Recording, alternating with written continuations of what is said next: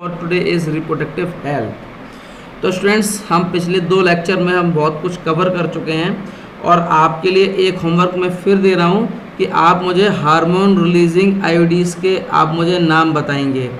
आप मुझे hormone releasing आईओडीज़ के नाम बताएंगे। ठीक है स्टूडेंट्स, कमेंट बॉक्स में लिख भेजिएगा। तो स्टूडेंट्स देखिए, हम स्टार्ट करते हैं। जैसा कि आपको दिखाई दे रहा है और मेरा कर्सर भी चल रहा है, मेडिकल टर्मिनेशन ऑफ प्रेगनेंसी। अब देखिए, जो मेडिकल टर्मिनेशन प्रेगनेंसी है ये एक्ट 2017 में लाया गया। ठीक है, was enacted by the government of India with the intentions of reducing the incidence of illegal abortions and consequent material motility and mobility. देखिए, ये कह रहा है कि 2017 में जब ये एक्ट लेके आया गया, क्योंकि क्या होता था कि इलीगल एबॉर्शंस भी हो जाते थे। जो एबॉर्शंस नहीं चाहती थी फीमेल, वो भी एबॉर्शंस होता था, कुछ सामाजिक दबाव के कारण होता था।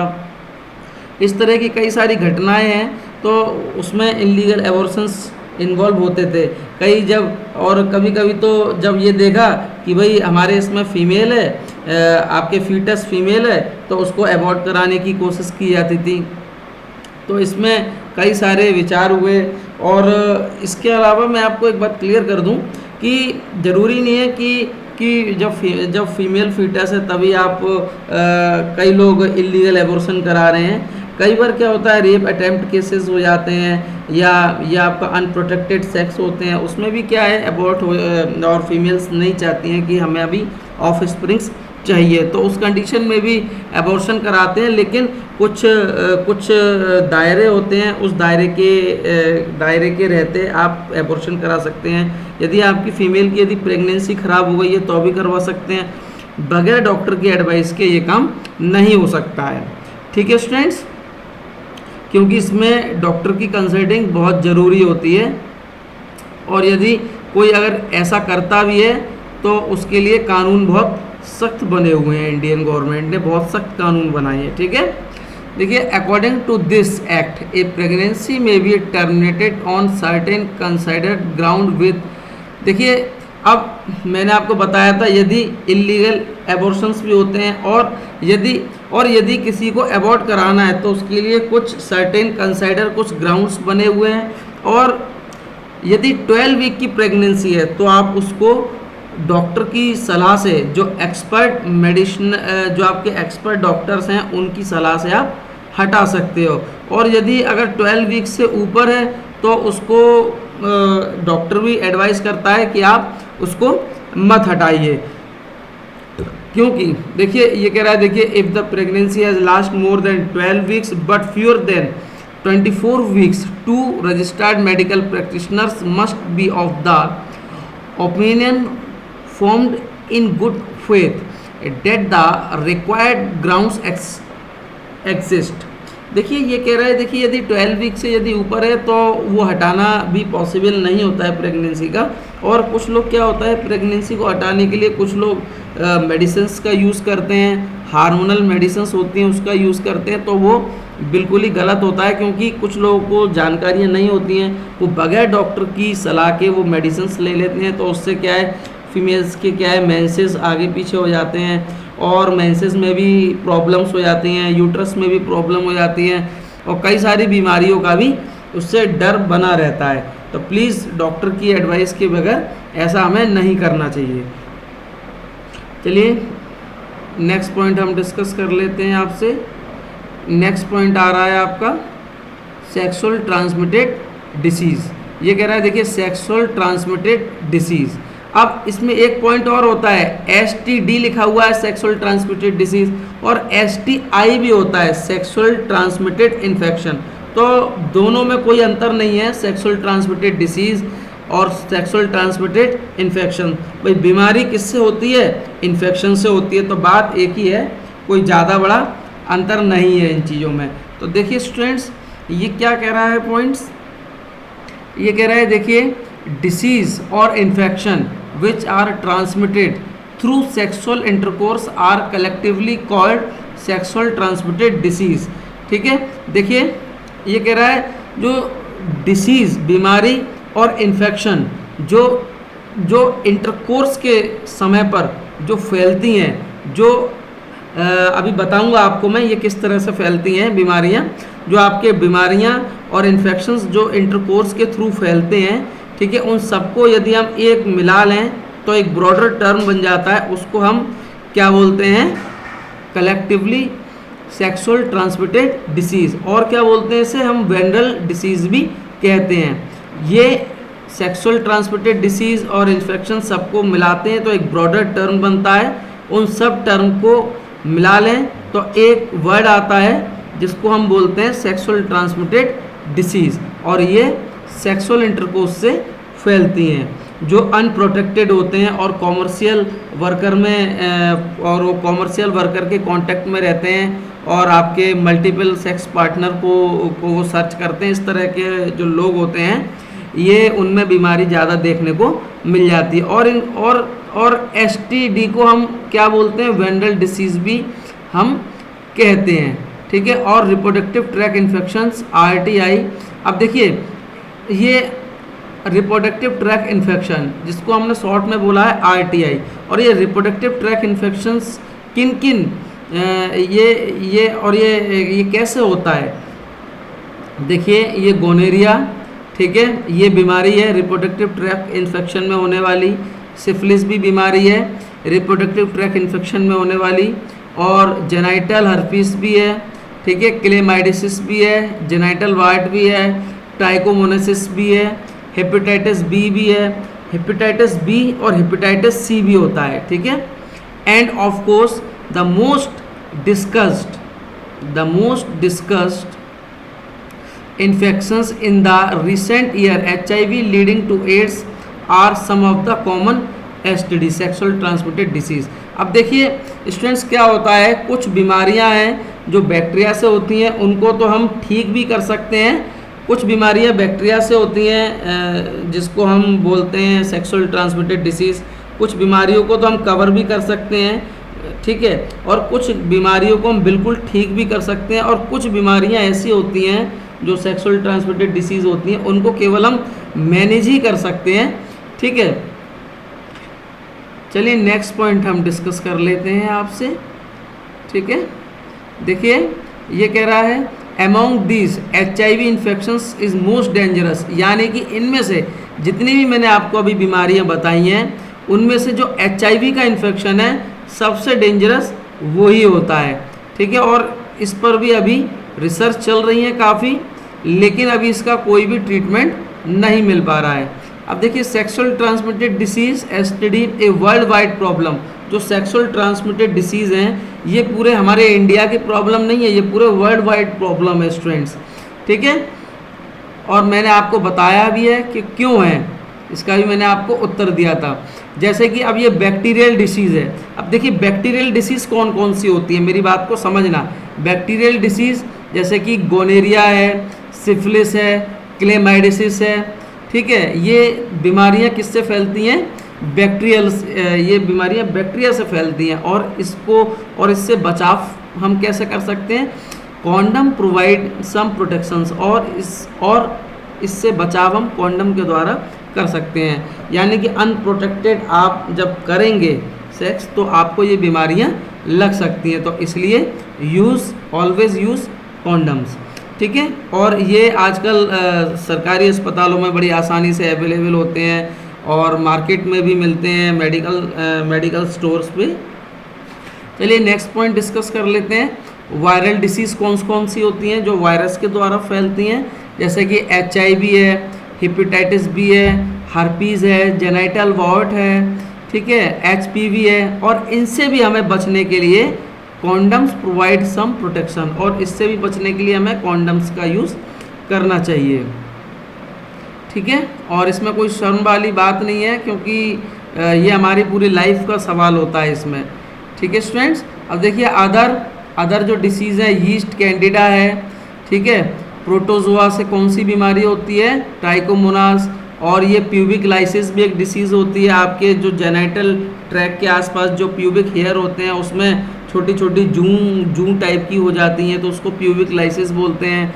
एक ये कैंडिडा, यीस्ट कैंडिडा है। अब ये एक फंजाई भी होती है, ठीक है। आपके जेनेटल ट्रैक के आसपास मोस्टली फंजाई भी फंगस हो जाता है कई लोगों के आपके बाजू पे भी, कई मतलब कुछ ऐसी जगह है हमारी बॉडी के अंदर, कुछ ऐसी जगह हैं जहाँ पर स्वेट ज़्यादा निकलता है, जहाँ पसीना ज़्यादा आता है, तो वहाँ पर ये फंगस फैल जाती है। इसका ट्रीटमेंट भी बहुत आसान है। जैसे कि एक क्रीम आती है ज़ोले एफ, उसका यूज़ आप कर सकते हैं फंगल इन्फेक्शन के, किसी को फंगल इन्फेक्शन है तो ज़ोले एफ लगा सकते हैं, ठीक है। एक कैंडिड नाम से पाउडर आता है, उसको भी आप यूज़ कर सकते हैं, और एक इट्राकेनाजोल कैप्सूल्स आते हैं, उसको भी आप यूज़ कर सकते हैं फंगल इन्फेक्शन में। तो ये कुछ कॉमन मैंने आपको मेडिसिन्स बताई हैं, ठीक है। यहाँ मैं आपको मेडिसिन्स नहीं पढ़ा रहा, लेकिन आपको केवल मैं नॉलेज दे रहा हूँ इन चीज़ों की, ठीक है स्टूडेंट्स, ताकि आपको आसपास की चीज़ें भी पता हों। अब देखिए ये कह रहा है सम ऑफ दीज इन्फेक्शंस लाइक, जैसे कि कुछ इन्फेक्शंस होते हैं जैसे कि हेपेटाइटिस बी हो गया एंड HIV का इन्फेक्शन हो गया, can also be transmitted by sharing of injections, needle, surgical instruments ETC with infected person, transfusion of blood or forms and infected mothers to the fetus too। अब ये कह रहा है देखिए जो हेपेटाइटिस बी है, HIV है, देखिए ये बीमारी मोस्टली जैसे कि आपके ज़रूरी नहीं है कि सेक्सुअल इंटरकोर्स से ही फैलें, आपके ये बीमारियां इंजेक्शन में निडल्स होती हैं, किसी एक की निडल्स दूसरे के यूज़ कर ली, और सर्जिकल इंस्ट्रूमेंट्स भी जैसे किसी एक पर्सन के यूज़ किए वो दूसरे पर्सन के यूज़ कर लिए, उसको केमिकल से अच्छी तरह से वॉश नहीं किया, और ये ब्लड के ट्रांसफ्यूजन से भी फैल जाती हैं, और ये मदर से फीटस को भी हो जाती हैं। तो इसके भी ज़रूरी नहीं है ये सेक्सुअल इंटरकोर्स से भी फैले,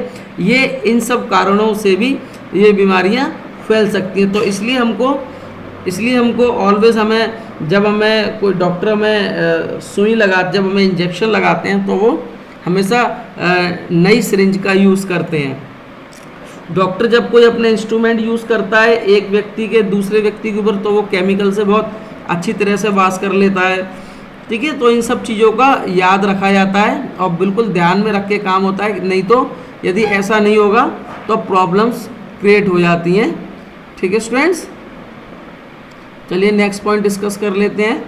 accept for hepatitis B and genital herpes and HIV infections other disease are completely curable if detected early and treatment properly. देखिए स्टूडेंट्स ये कह रहा है हेपेटाइटिस बी और जेनाइटल हर्पीज, ठीक है, हेपेटाइटिस बी, जेनाइटल हर्पीज और HIV का इन्फेक्शन, इनको छोड़ दो, बाकी की जो बीमारियां हैं, ठीक है, मैंने आपको बताया था गोनोरिया, सिफिलिस, है ना, इस तरह की मैंने आपको बीमारी बताई थी।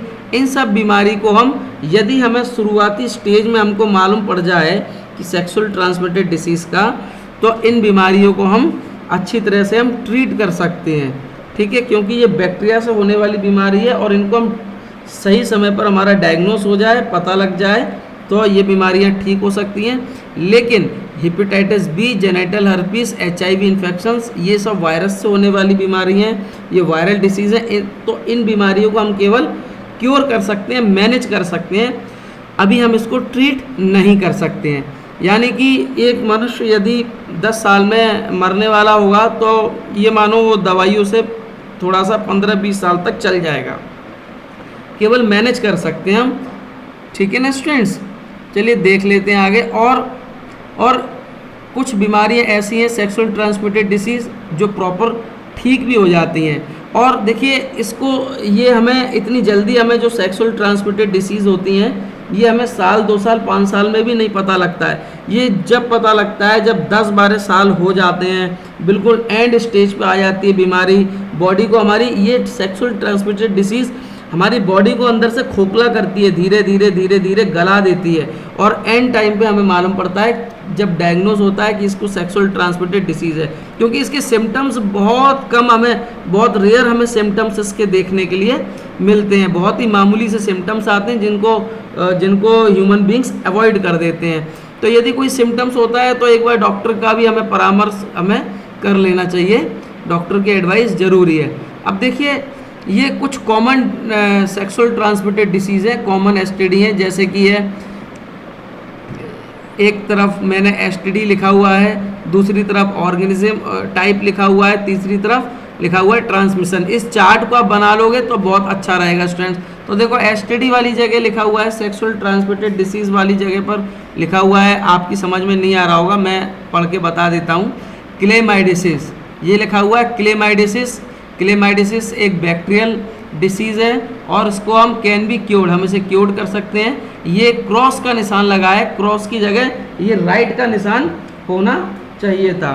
ये क्रॉस का निशान लगा हुआ है स्टूडेंट्स, क्रॉस की जगह राइट का निशान होना चाहिए था इस जगह पर, ठीक है स्टूडेंट्स। तो इस पर आप राइट का निशान लगा लीजिए।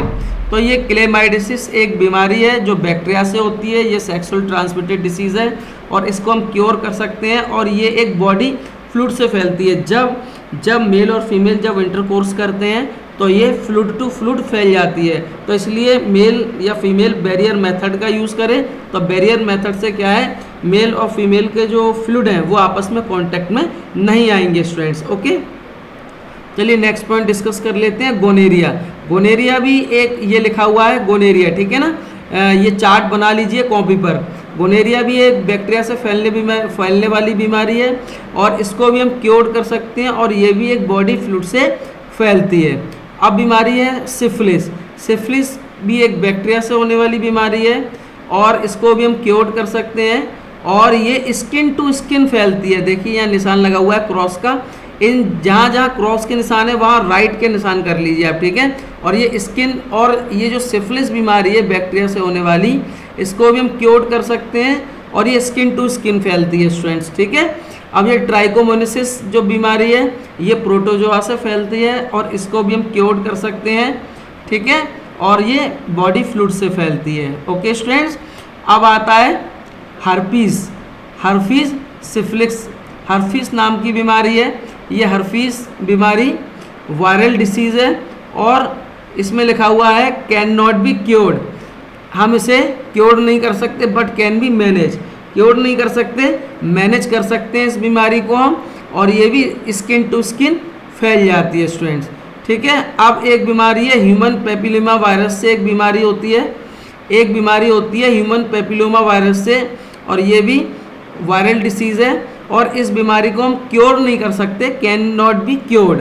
क्योर नहीं कर सकते बट कैन बी मैनेज कर सकते हैं और ये भी स्किन टू स्किन फैलती है। तो स्टूडेंट्स इन बातों को यदि जो मैंने आपके आगे मेरा कर्सर चल रहा है ये पूरा चार्ट यदि आप बना लेंगे तो इसमें से आपके कम से कम एग्ज़ाम में 4 से 5 क्वेश्चन आपके सॉल्व हो जाएंगे, क्योंकि हमको नहीं पता एग्ज़ाम का पैटर्न बिल्कुल चेंज है, किस तरह का आएगा। तो मैं स्टूडेंट्स कोई भी मैं आपके लिए रिस्क लेकर नहीं चल रहा हूँ बोर्ड के अंदर, ठीक है। और ये मेडिकल एंट्रेंस में भी काम की चीज़ें हैं, याद रखिए। बोर्ड के अलावा मेडिकल एंट्रेंस में भी काम किया। मैं जो भी चीज़ पढ़ा रहा हूँ मैं बोर्ड और नीट दोनों के लिए पढ़ा रहा हूँ स्टूडेंट्स, ठीक है।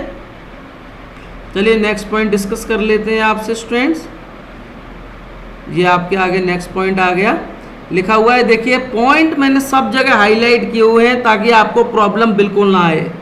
Early symptoms of most of these are minor and includes itching, fluid discharge, slightly pain, swelling etc, ठीक है।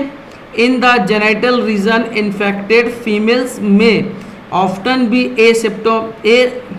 Asymptomatic and hence may remains undetected for long. ये कह रहा है देखिए यदि हमें शुरुआती अवस्था में ही हमें पता लग जाए, कुछ माइनर स्टेज में ही हमें पता लग जाए, ठीक है, तो हम उसको ठीक कर सकते हैं। जैसे कि ईचिंग होना, ठीक है, ईचिंग में हमें फंगल इन्फेक्शन से भी होती है और अदर कारण से भी हो सकता है। फ्लूइड का डिस्चार्ज होना, मेल या फीमेल की बॉडी से फ्लूइड का डिस्चार्ज होना और मतलब सेक्सुअल इंटरकोर्स के अलावा टाइम बाई टाइम फ्लूइड का डिस्चार्ज हो जाना, फीमेल के फ्लूइड से कुछ फॉल स्मेलिंग आना, ठीक है, स्लाइटली पेन होना, मेल के पेनिस में या फीमेल की वेजाइना में स्लाइटली पेन होना हल्का हल्का, या स्वेलिंग का आ जाना जेनिटल रीजन पर, ठीक है।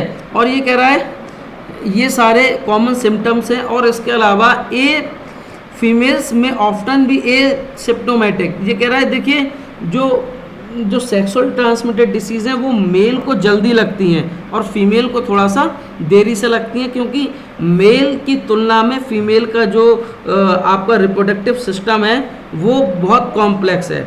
मेल की तुलना में फीमेल का रिप्रोडक्टिव सिस्टम मोर कॉम्प्लेक्स है, तो इसलिए वहाँ पर थोड़ा समय लगता है बीमारी को पकड़ने में। ठीक है स्टूडेंट्स, पॉइंट्स सारे याद रखिए, सिम्टम्स भी याद रखिए, एग्ज़ाम में कुछ भी पूछ सकते हैं। मैं पॉइंटों को भी इसलिए आपके लिए हाईलाइट करता चल रहा हूँ स्टूडेंट्स। ओके, देखिए थोड़ा सा ऊपर पहुँच गया है। ठीक है, मैं थोड़ा सा नीचे कर रहा हूँ, 1 मिनट बने रहिए मेरे साथ स्टूडेंट्स आप लोग। ये बहुत थोड़ा सा सेंसिटिव ज़्यादा है,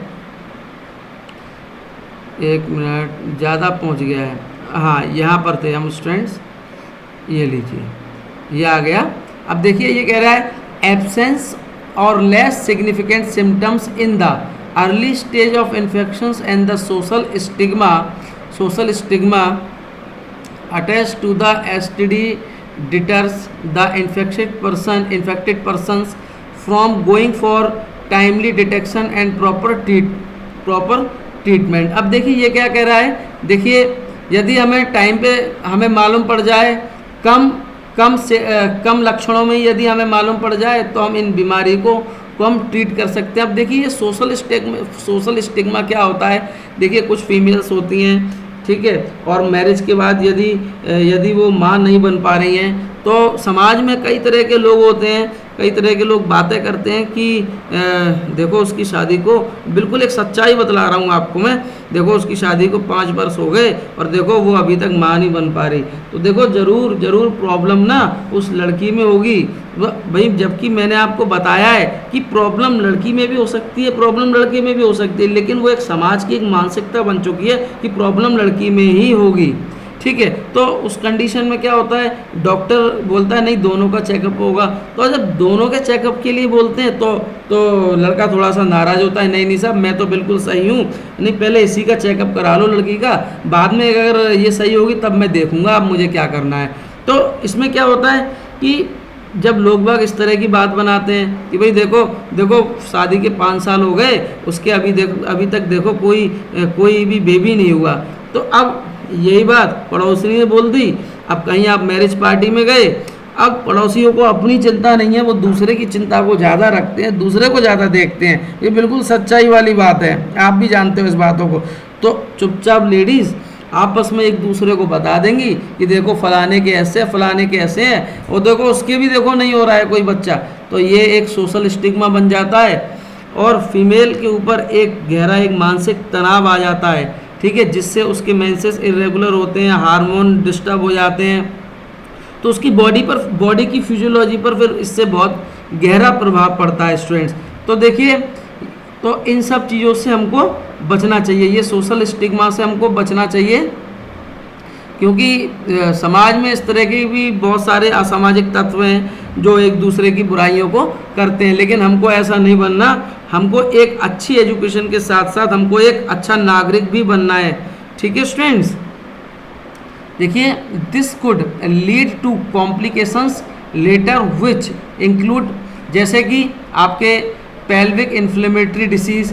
देखिए कुछ कॉम्प्लिकेशंस होते हैं इस कंडीशन में जब बीमारियां बनती हैं, सेक्सुअल ट्रांसमिटेड डिसीज़, जैसे कि पेल्विक इन्फ्लेमेटरी डिसीज़, पेल्विक वाले रीजन में आपके इन्फ्लेमेटरी होना, एबॉर्शंस का हो जाना, स्टिल बर्थ, बच्चे के जन्म होते ही मर जाना, यानी कि जिसको सेक्सुअल ट्रांसमिटेड डिसीज़ होती हैं तो उसके पेल्विक इन्फ्लेमेटरी डिसीज़ भी हो सकती है। ठीक है, और उसके एबॉर्शन भी जल्दी हो जाते हैं, यानी कि उसके ऑफस्प्रिंग तो बनते हैं लेकिन यूट्रस में इम्प्लांट नहीं हो पाते हैं, तो उसको एबॉर्ट करना पड़ता है जल्दी। तो ये सारी चीज़ें किससे होती हैं, सेक्सुअल ट्रांसमिटेड डिसीज़ होने से भी होती हैं।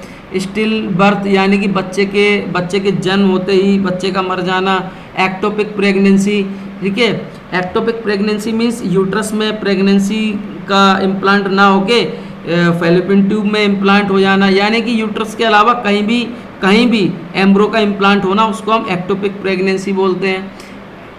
और कोई जगह नहीं है, केवल फैलोपियन ट्यूब में ही आपके इम्प्लांट होगी। ठीक है, और इससे क्या है, इनफ्लट, और इन सब चीज़ों से इनफर्टिलिटी आ जाती है, और cancer of the reproductive tract, और सेक्सुअल ट्रांसमिटेड डिसीज से रिप्रोडक्टिव ट्रैक में कैंसर के भी कई सारे चांसेस बन जाते हैं स्टूडेंट्स। ठीक है, चलिए नेक्स्ट पॉइंट डिस्कस कर लेते हैं। देखिए ये चैप्टर रटने का नहीं है स्टूडेंट्स, मैं आपको हर चीज़ें ऐसे क्यों समझा रहा हूँ ताकि आपको ये चैप्टर बिल्कुल भी रटना ना पड़े। देखिए the STD are sexual transmitted disease as a major threat to a healthy society, therefore prevention of early detecting and cure of this disease are given prime consideration under the reproductive health care programme. अब देखिए जिनको जो sexual transmitted disease होती हैं जिनको वो बताते नहीं है शर्म के मारे, तो ये समाज के लिए एक बड़ा खतरा है, क्योंकि आज हमारे समाज में बहुत तेज़ी से सेक्सुअल ट्रांसमिटेड डिसीज़ भी फैल रही है और ये एक हमारी हेल्थी सोसाइटी के लिए भी एक बड़ा खतरा बन जाता है। ठीक है, और अब इन सब चीज़ों को रोकने के लिए सरकार ने, मैंने आपको बताया था, रिप्रोडक्टिव हेल्थ केयर प्रोग्राम भी चलाया था, RCH प्रोग्राम भी चलाया है। ठीक है, reproductive child health care programme में आपके जितने भी सेक्सुअल ट्रांसमिटेड डिसीज़ के पेशेंट हैं उनका सरकार फ्री में इलाज कर रही है, फ्री में जांचें कर रही है, फ्री में दवाइयाँ दे रही है और उनको प्रॉपर ट्रीट भी कर रही है। तो ये सारे प्रोग्राम भी आपके RCH के अंदर चलाए गए। ठीक है, और कई सारे आज प्राइमरी हेल्थ केयर सेंटर पे भी इसका ट्रीटमेंट पॉसिबल हो रहा है। चलिए नेक्स्ट पॉइंट डिस्कस कर लेते हैं। Though all persons are vulnerable to these infections, their incidence are reported to be very high among person in the age group of 15 to 24 years, the age group to which you also belong। अब देखिए ये जो sexual transmitted disease हैं, एक सरकार ने एक आंकड़ा लगाया, एक अनुमान लगाया कि ये बीमारियां कितनी एज के बच्चों में फैल रही है। तो सरकार ने जो आंकड़ा लगाया, जो अनुमान लगाया, वो 15 साल से लेकर 24 साल तक के बच्चों में ये बीमारियां फैल रही हैं, क्योंकि इस एज में क्या है, बच्चे रास्ता भटक जाते हैं, अपने पथ से डेविएट हो जाते हैं, कुछ गलत सोसाइटी में पड़ जाते हैं, तो और कुछ पॉर्न मूवी भी देखते हैं बच्चे, और मैंने बताया ना कुछ गलत सोसाइटी में पड़ जाते हैं। ठीक है, और उसके अलावा मैं आपको क्लियर कर दूं, मल्टीपल सेक्स पार्टनर के भी कांटेक्टों में आने की वो कोशिश करते हैं बच्चे, और उसके अलावा आपके अनप्रोटेक्टेड सेक्स में भी इन्वॉल्व हो जाते हैं। तो ये 15 से 24 ईयर्स तक की एज में अनुमान लगाया गवर्नमेंट ने कि सेक्सुअल ट्रांसमिटेड डिसीज़ फैलती है। तो इस एज में आपको बड़ा ही संभल के रहना होता है। ठीक है, और इन सब चीज़ों को अवॉइड करना चाहिए। और सरकार ने अवेयरनेस की है, सरकार ने अवेयरनेस के लिए, जानकारी के लिए कि 11-12 के 10th 11-12 के बच्चों को इन सब चीज़ों की जानकारी हो और वो बिल्कुल सही दिशा में रहें और टीचर उनको बिल्कुल सही गाइड करें। तो गवर्नमेंट ने देख लिया कि बायोलॉजी में इन 2 चैप्टर को डाल दो, ह्यूमन रिप्रोडक्शन और रिप्रोडक्टिव हेल्थ को बच्चे खुद समझ जाएंगे और टीचर भी बिल्कुल समझा देंगे। लेकिन जब टीचर बात करे तो बोलते हैं भाई हमारे समाज में ऐसी गंदगी फैल गई है। क्या होता है स्टूडेंट्स कि हम लोग क्या है, हमेशा हम लोग क्या है, अपने पीठ पर एक गार्बेज लेके घूमते हैं, और जहाँ हमको कुछ मिला, जहाँ हमें कोई बात 2 शब्द मिली तो हमने उसके लिए पूरा जहर उगल दिया, पूरा हमने गार्बेज उसके ऊपर डाल दिया। तो स्टूडेंट्स देखिए, जो डिसकंटेंट है वो हमारे अंदर है, वो दूसरे के अंदर नहीं है। हमें इस डिसकंटेंट को भी हमें अपने अंदर से हटाना है और एक अच्छा नागरिक बन रहा है, और हमें एक और समाज के लिए, इस सोसाइटी के लिए और इस देश के लिए हमें कुछ करना है, इन सब चीज़ों से ऊपर उठ के स्टूडेंट्स। ओके, देखिए मेरा मानना ये है कि मैं आपको एक अच्छी एजुकेशन के साथ साथ आपको एक अच्छा नागरिक भी बनाऊं स्टूडेंट्स, आपको एक अच्छा ज्ञान भी प्राप्त हो। चलिए ये भाषण देने का वक्त नहीं है, क्लास में बात करेंगे हम लोग। चलिए नेक्स्ट टॉपिक को देख लेते हैं। There is no reason to panic because prevention is possible. देखिए जब ये बीमारी हो जाती है तो इसमें पैनिक नहीं होना चाहिए। ठीक है, तो इसके रोकथाम के भी उपाय होते हैं।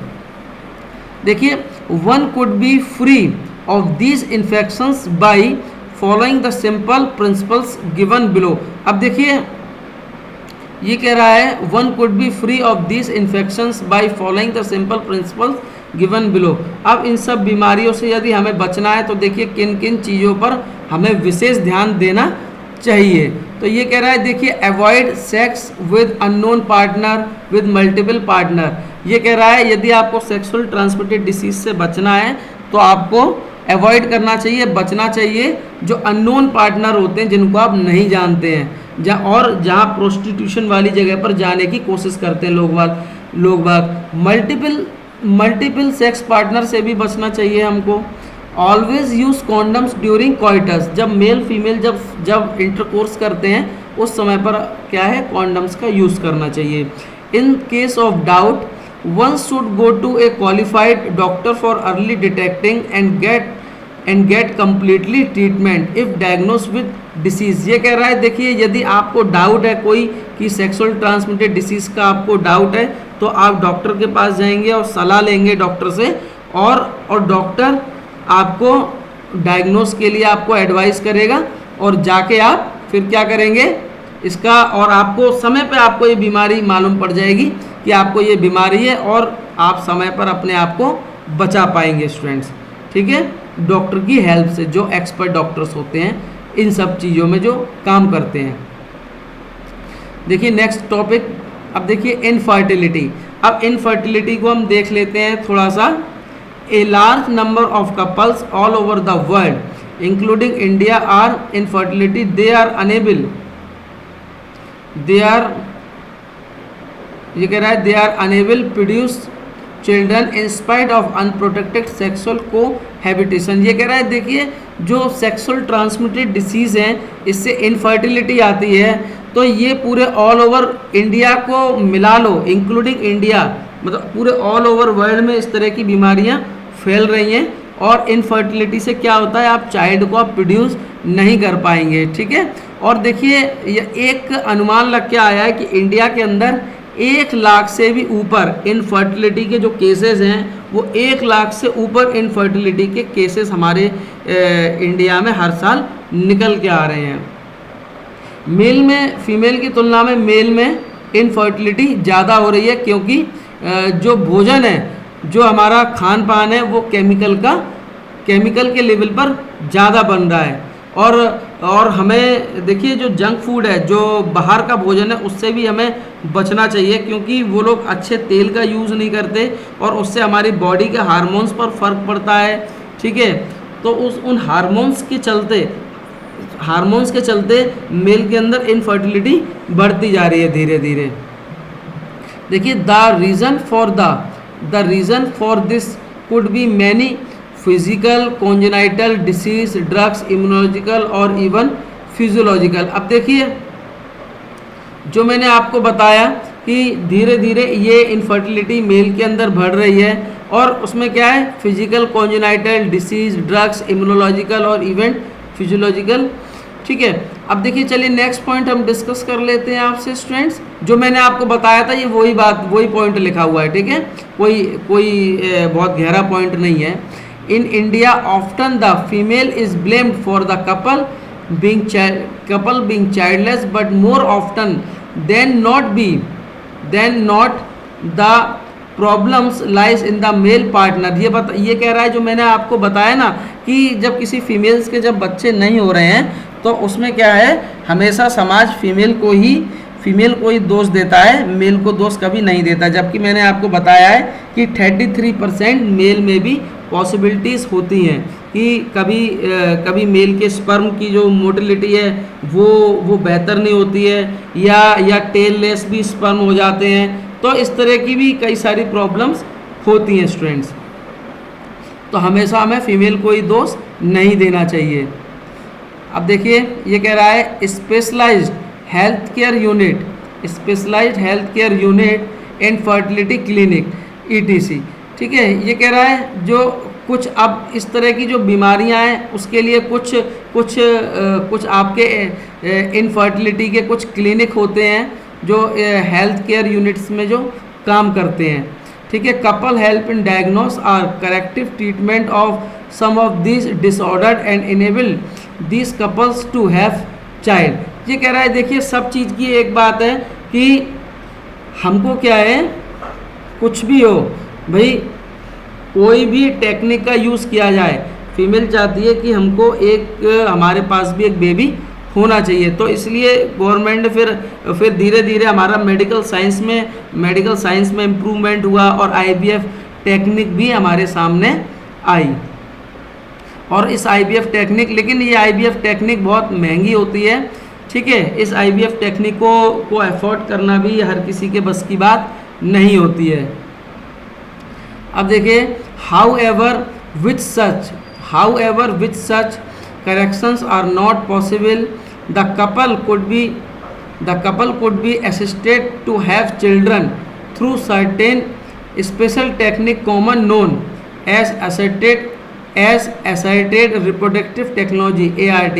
अब देखिए इसके लिए एक टेक्निक होती है ART, ये ART टेक्निक का याद रखना, ठीक है, ये जो फीमेल्स होती हैं उनके लिए यूज़ की जाती है, ठीक है, असिस्टेड रिप्रोडक्टिव टेक्नोलॉजी। ठीक है स्टूडेंट्स, चलिए नेक्स्ट टॉपिक हम डिस्कस कर लेते हैं आपसे।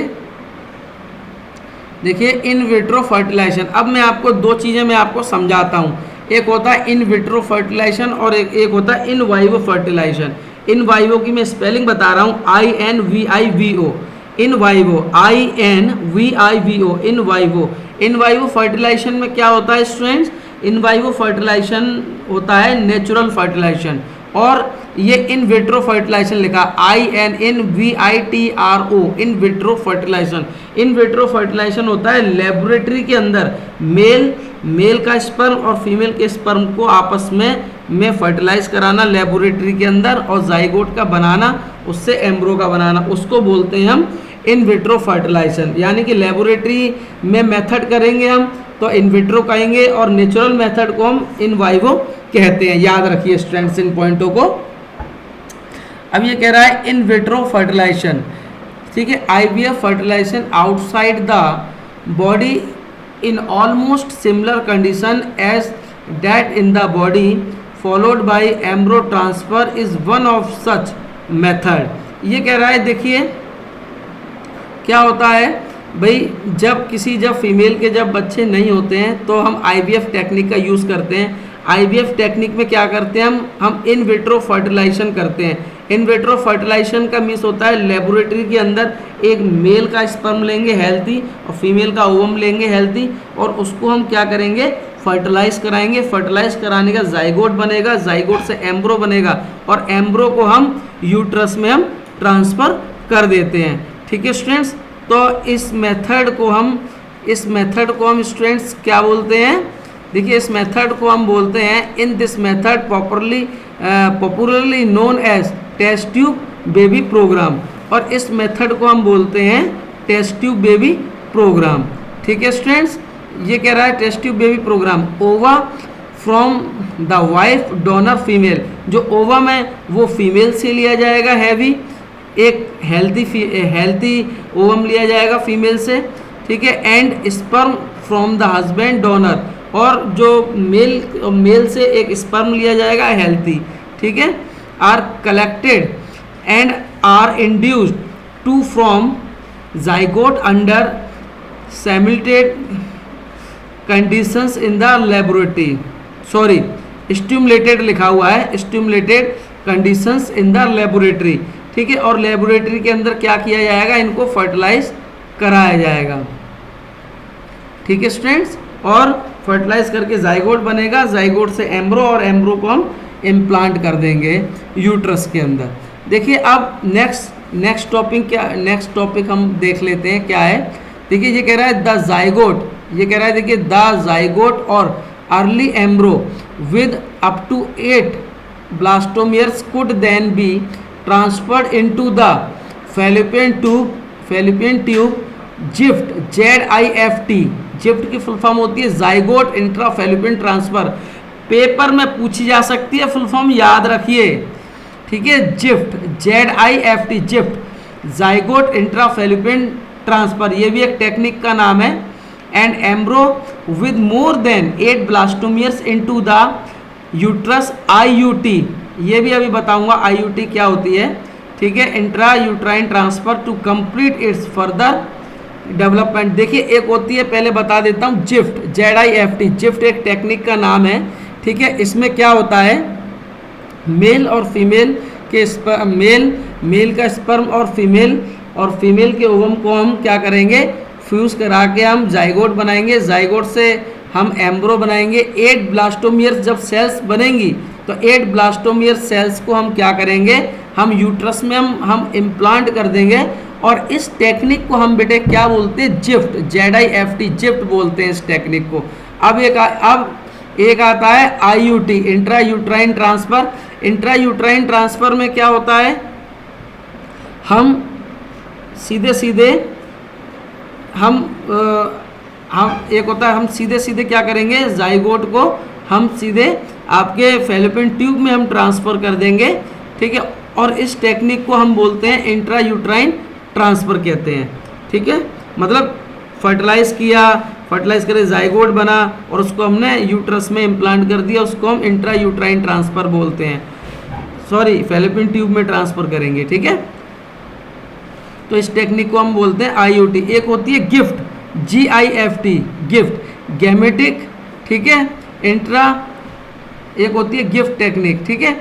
वो गिफ्ट टेक्निक में क्या होता है, 2 गैमेट होंगे, मेल और फीमेल का जो गैमेट है उसको हम फेलोपियन ट्यूब में हम मेल के गैमेट को, मेल गैमेट स्पर्म और फीमेल का गैमेट ओवम, दोनों को हम पास लेके आएंगे फेलोपियन ट्यूब में और फ्यूज़ करा देंगे, फिर बाद में सब कुछ नेचुरली चलेगा, तो उसको हम गिफ्ट बोलते हैं, गिफ्ट टेक्निक, ठीक है स्टूडेंट्स। और ये सब बहुत हाई लेवल का प्रोसेस होता है, बहुत हाई लेवल की इसमें मशीन्स यूज़ होती हैं, बहुत एक्सपर्ट डॉक्टर्स चाहिए होते हैं, ठीक है। ये कोई बच्चों के खेल नहीं होते। Embryo formed by in vivo fertilisation fusion of, मैंने इन विवो का मिस बताया था, embryo formed by in vivo fertilisation fuse of gamete with in the female also could be used for such transfer to assist those females who can not conceive. देखिए in vivo fertilisation का means क्या होता है, जो naturally fertilisation होता है female के अंदर फेलोपियन ट्यूब में, उसको हम इन विवो फर्टिलाइजेशन बोलते हैं। और इसमें भी कभी कभी कुछ हार्मोन्स के चलते फीमेल्स की जो प्रेगनेंसी है वो इम्प्लांट नहीं हो पाती है कभी कभी स्टूडेंट्स, ठीक है। तो इस कंडीशन में भी हम कुछ टेक्निक्स का हम यूज़ कर लेते हैं। 1 मिनट स्टूडेंट्स, बहुत ऊपर पहुंच गया है, मैं थोड़ा सा नीचे कर लूँ। हाँ देखिए ये रहा, अब देखिए ट्रांसफ़र, ये कह रहा है transfer of an ovum collected from A donor into the fallopian tube, gift gamete intra fallopian tube transfer, ठीक है, of another female who can not produce one but can provide suitable environment for fertilization and further development is another method attempt। देखिए gift की जो full form होती है gamete intra fallopian transfer, gift की full form होती है gamete intra fallopian transfer. Gift technique मैंने आपको बताई थी स्टूडेंट्स, आपके मेल और फीमेल के जो गैमेट्स हैं उनको हम क्लोज कॉन्टैक्ट में लेके आएंगे फेलोपियन ट्यूब में और फ्यूज़ करा देंगे। फ्यूज़ कराने के बाद आपस में सब कुछ नेचुरली चलता है, उस कंडीशन को हम बोलते हैं, उस टेक्निक को हम बोलते हैं गिफ्ट, ठीक है स्टूडेंट्स। अब ये देख लेते हैं इंट्रासाइटोप्लाज्मिक स्पर्म इंजेक्शन। इंट्रा, ये भी एक टेक्निक का नाम है स्टूडेंट्स, याद रखिए ये भी एक टेक्निक का नाम है। Intracytoplasmic sperm injection ICSI is another specialized producer to form an embryo in the laboratory in which a sperm is directly injected into ovum। देखिए ICSI टेक्निक में क्या होता है, कुछ मेल होते हैं जिनके पेनिस की लेंथ ज़्यादा नहीं होती, तो इस कंडीशन में क्या होता है, मेल फीमेल की वेजाइना तक प्रॉपर तरह से प्रॉपर तरह से आपके स्पर्म को इंसेमिनेट नहीं कर पाते हैं, तो उस कंडीशन में भी कभी कभी फीमेल बच्चे को कंसीव नहीं कर पाती है। तो इस कंडीशन में क्या होता है, डॉक्टर क्या करते हैं, मेल के स्पर्म लेते हैं इंजेक्शन में और डायरेक्ट क्या करते हैं, डायरेक्ट ओवम में क्या करते हैं, ओवम में इंजेक्ट कर देते हैं स्टूडेंट्स। ठीक है, तो इसको हम ICSI टेक्निक बोलते हैं स्टूडेंट्स। ठीक है, चलिए नेक्स्ट पॉइंट डिस्कस कर लेते हैं।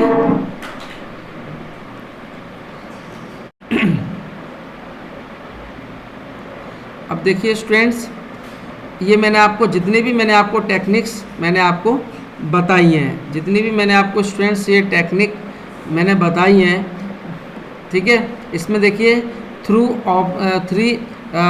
Options are many all this technique required extremely high precious handling by specialist professional and expensive instrument. देखिए इस टेक्निक में क्या है, बहुत ही हाईली क्वालिफाइड डॉक्टर्स चाहिए होते हैं और बहुत ही इसमें सावधानियां बरती जाती हैं और इंस्ट्रूमेंट भी बहुत एक्सपेंसिव इंस्ट्रूमेंट भी खर्च होते हैं। ये मान लीजिए इसमें कुछ राउंड होते हैं कि डॉक्टर बोलता है एक राउंड का 50,000 या 70,000 के आसपास लगता है और इतना ये महंगा, ये बहुत महंगा, जैसे कि बहुत महंगी टेक्निक हम बोल सकते हैं इसको हम बहुत महंगी टेक्निक बोल सकते हैं और इसको हर कोई अफोर्ड नहीं कर पाता। अब जब पेशेंट पूछता है भाई ऐसा क्यों है, भाई इतना क्यों ये महंगा है, तो महंगा इसलिए भाई डॉक्टर बोलते हैं ये सब बाई चांस की बात है। ठीक है, फर्टिलाइजेशन हो भी सकता है और नहीं भी हो सकता है। ठीक है स्टूडेंट्स, अब देखिए ये कह रहा है therefore these facilities are presently available only in very few centres in country. अब हमारे इंडिया में भी केवल कुछ ये मानो कुछ ही चुनिंदा जगह हैं जहाँ पर इन टेक्निक्स का यूज़ किया जाता है, हर जगह पर ये टेक्निक्स अवेलेबल नहीं है। Obviously their benefit is affordable to only a limited numbers of people. इसलिए इन टेक्निक्स को केवल वही लोग अफोर्ड कर पाते हैं जिनके पास जो मतलब थोड़े बहुत अपने आप में जो इकोनॉमिकली जो स्ट्रॉन्ग पीपल्स होते हैं वही लोग इस टेक्निक को वही लोग इसको अफोर्ड कर पाते हैं, हर कोई इसको अफोर्ड नहीं कर पाता है। अब देखिए emotional, religious and social factors are also deterrents in the adoptions for these methods. अब देखिए इस मेथड्स को यदि यूज़ करते हैं तो इस मेथड्स को यूज़ करने से कई सारे इमोशनल फैक्टर्स भी सामने आते हैं, कुछ रिलीजियंस भी आते हैं, कुछ सोशल फैक्टर्स भी आते हैं। जैसे कि इमोशनल, जैसे कि मान के चलिए किसी ने इस टेक्निक का यूज़ किया और वो फीमेल क्या है प्रेग्नेंट हो गई, तो उसमें कुछ इमोशनल्स भी जुड़े होते हैं उससे। और रिलीजियंस यानी कि कुछ लोग क्या है बोलते हैं कि नहीं ये आपकी जाति का बच्चा नहीं है, ये तो IVF टेक्निक के द्वारा बनाया गया है, ये आपके समाज के और धर्म के खिलाफ है, ये सब प्रकृति के खिलाफ आप काम कर रहे हो। तो ये सब रिलीजियंस के अंदर बातें आ जाती हैं। सोशल फैक्टर में क्या होता है कि जैसे किसी ने बच्चे को किसी फीमेल्स के बच्चे नहीं हो रहे तो उसने एडॉप्ट कर लिया बच्चे को या IVF टेक्निक का यूज़ कर लिया और वो बच्चा धीरे धीरे बड़ा हुआ।